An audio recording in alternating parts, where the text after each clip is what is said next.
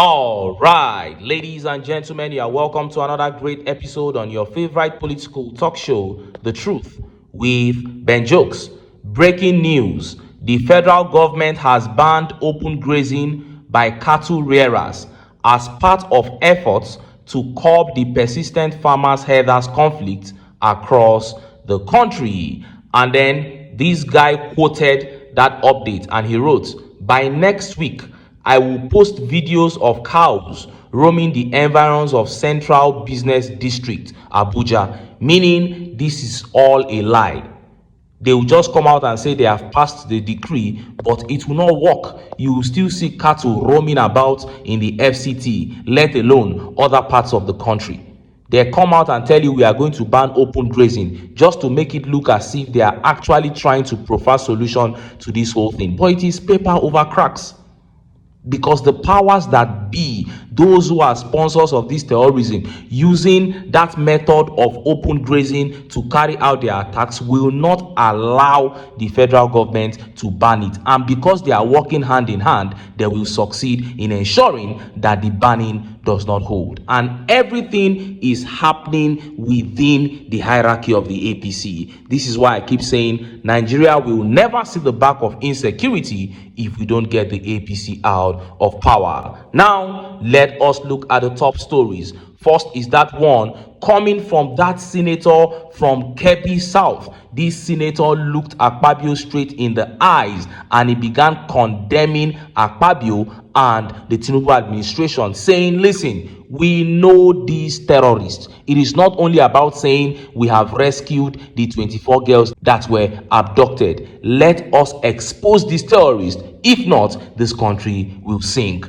This is yet another top Nigerian pointing accusing fingers at the Tinubu administration. And next is that very big update coming out of Aso Rock. This one shocked the entire world. There is no leader anywhere in the world who can do to his people what Tinubu just did in this devastating update. Tinubu, REMI Tinubu, and AKPABIO have organized a very big party at Aso Rock. They said on Friday they are going to gather with all the senators. Tinubu and his cabinet will gather and party at Aso Rock when the nation is burning. And Nigerians began to ask the question, what is the reason for this party? Is it that you are celebrating the downfall of this country? Before I show you details of these top stories and how Nigerians reacted, let me quickly show you this video. Zamfara State Governor has married off 200 orphans, married them off against their consent. And the government is saying it is their own way of alleviating poverty. Watch this video. The wife of Zamfara State Governor Horera Lawang, who is the ambassador of Zakat and Endowment Board, described the initiative as collective commitment to supporting the state's most vulnerable families. She emphasized that supporting newly married orphans with household items, settling their debts, and providing business startup opportunities will help them make sound financial decisions and open pathways for personal and economic growth. This occasion highlights our collective commitment to supporting the most vulnerable in our communities: widows, orphans, needy families, and all those who require assistance to live with dignity. Under the administration of His Excellency Governor Dauda Lawal, our state continues to prioritize the welfare programs that uplift our people and reduce hardship. We married out 200 couples, 100 women and 100 men. So this one is part of the efforts and what the executive governor of Zamfara State, Dauda Lawal, is insisting, and that is why he is calling his government government of rescue, so that we can reduce the poverty in the state. The ceremony concluded with presentations of household furniture to the newly wedded couples as beneficiaries expressed appreciation to the Governor Dauda Lawal for continued support towards vulnerable groups across the state. Damina Yusuf, AIT News. You saw that many girls married off to men against their will. They say they are orphans, and the only way the government can help them to alleviate poverty is to marry them off. They are not educating them, they are not equipping them with skills. They will marry them off to men. And if you have lived in northern Nigeria before, you will understand how this thing really works. I understand it very well. None of those men taking these girls has less than 3 wives. They are marrying them off to go and become 4th wives or even 6th wives in some cases. And those men will be nothing less than 50 years old men. Well, we may have some within their 40s, yes, but they are usually far older than the girls, because if you check the girls, they may be between age 18 or 16, then they will marry them off to men that are 50 years old, even 70 years old. This is what they do to people in Nigeria in 2025. This is why you cannot blame those who say that division is the only solution to this country. Because how can people be existing together with completely different mentality, completely different way of thinking? You can never find anything like this in any part of southern Nigeria. Nobody will gather small girls, 13, 15, 17, and say they are orphans. And the best thing you can do for them is to marry them off to old men against their will. Nobody does that anywhere in southern Nigeria. But in the north, it is a norm. A norm to the point that a state governor organized it and his wife stood there. And she's even expecting people to be clapping for her.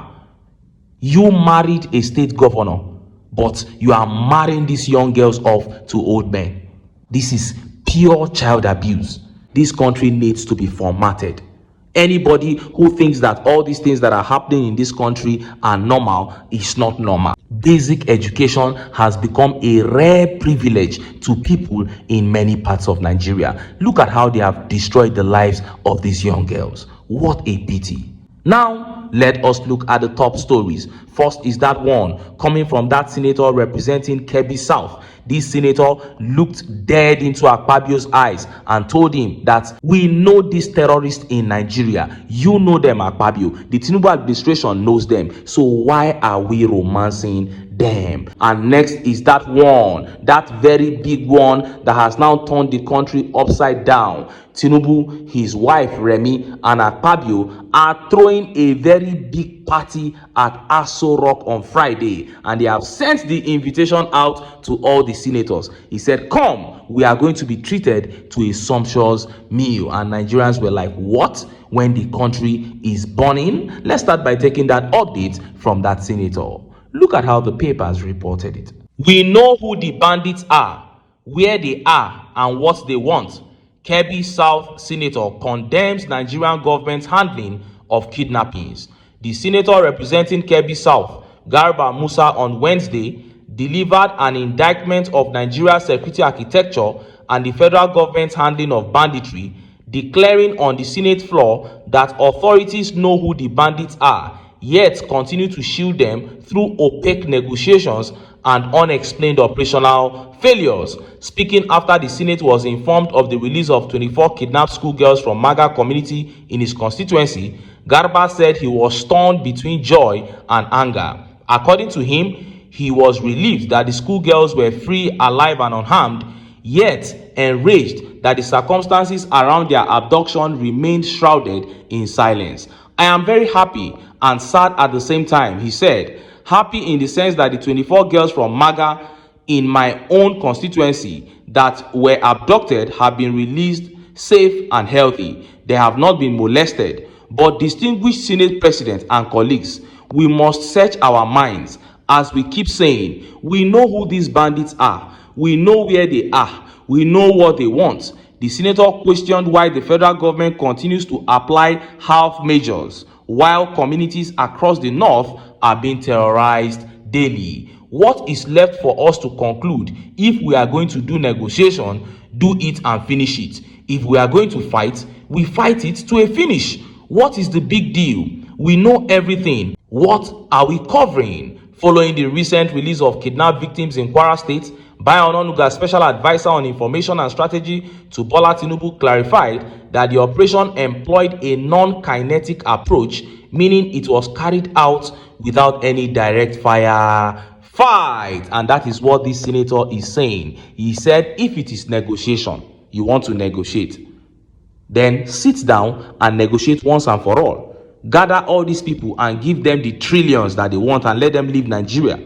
And if we are going to fight them, then let us fight them to a finish. But to keep pretending is what this senator is speaking against.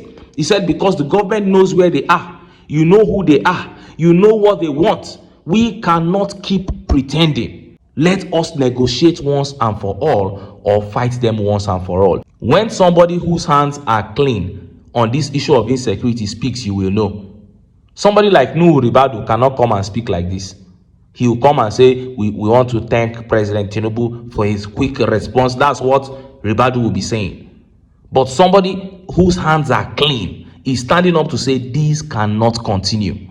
It is either we surrender to them in negotiation or we finish them off in a fight. And just as Nigerians were yet reacting to this, the APC proved it. Tinubu, his wife REMI, and AKPABIO throwing a very big party at the villa, celebrating what Nigerians don't know.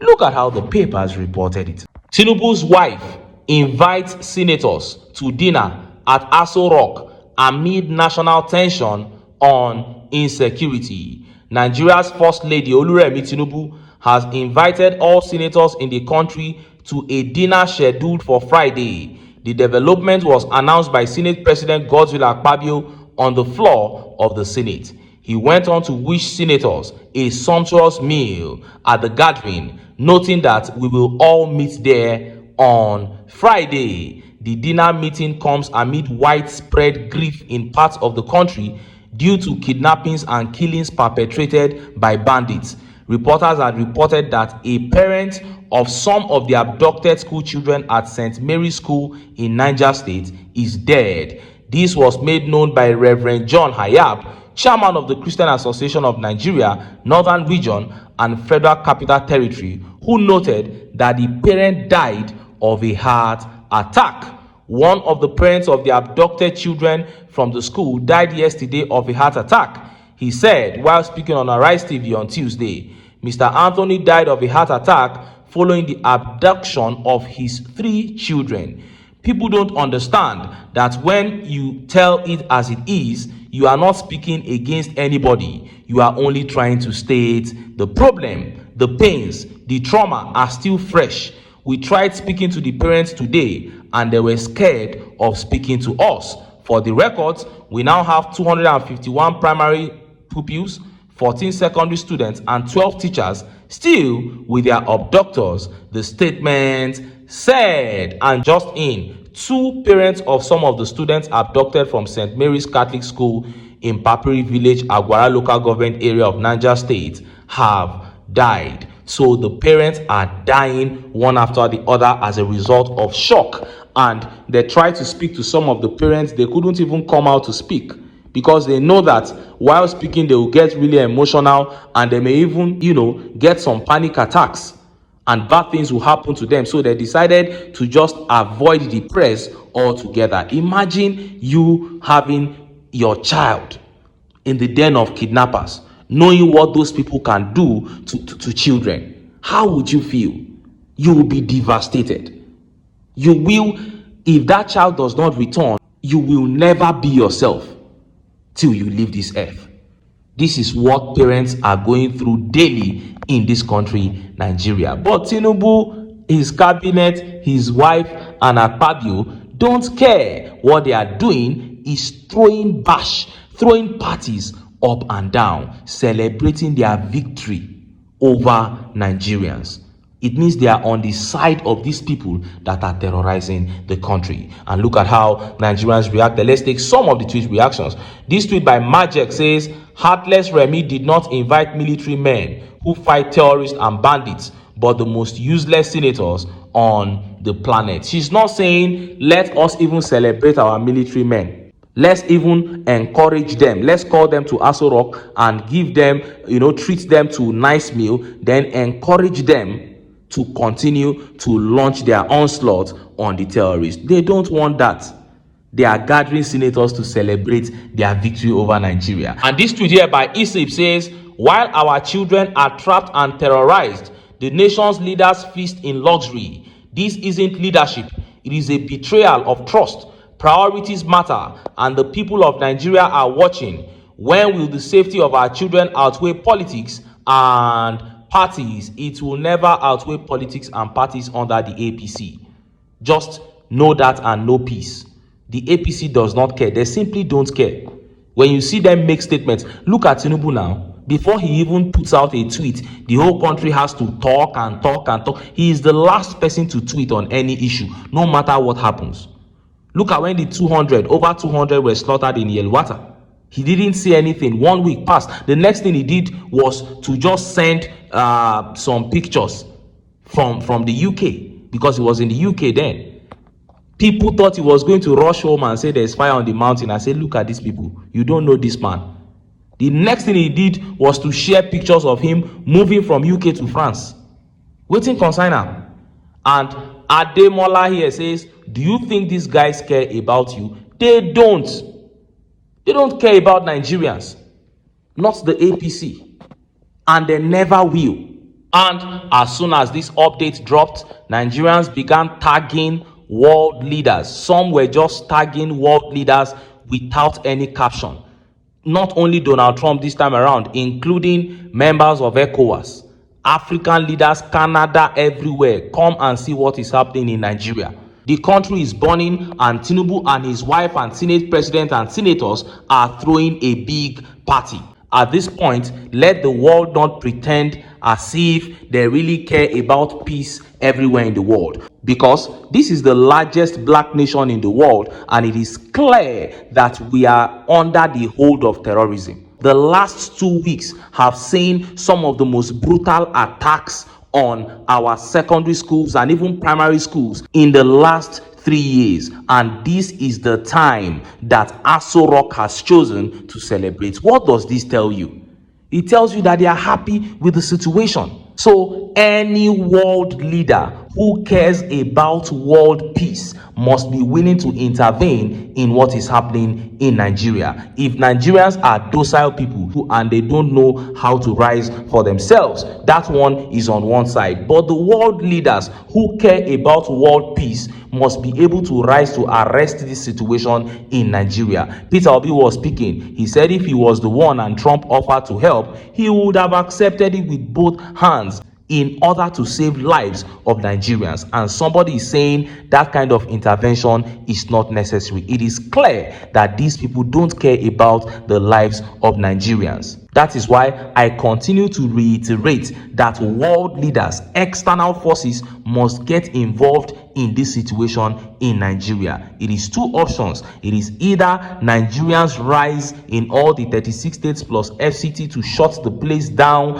and begin to ask that the right thing be done, or we receive help from external forces. If none of those happens, this situation will never end, and this country will sink to a bottomless pit. Are we eventually going to find the right kind of intervention, either from external forces or within us? It is left to be seen. Anyway, make I leave am here, make I still enter town, make I go get some ogbonge political news wey una go like. Why? Because of una na I dey here. So don't go away, don't go away.